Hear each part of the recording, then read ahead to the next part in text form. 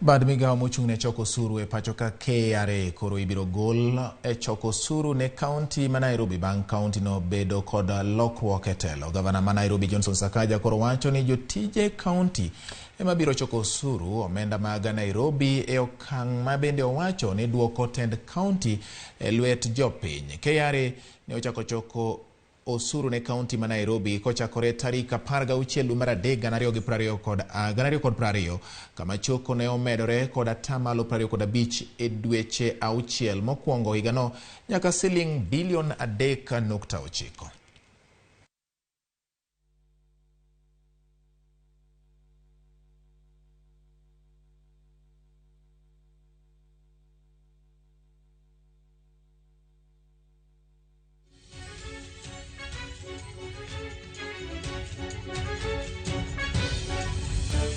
Na NMS imeisha.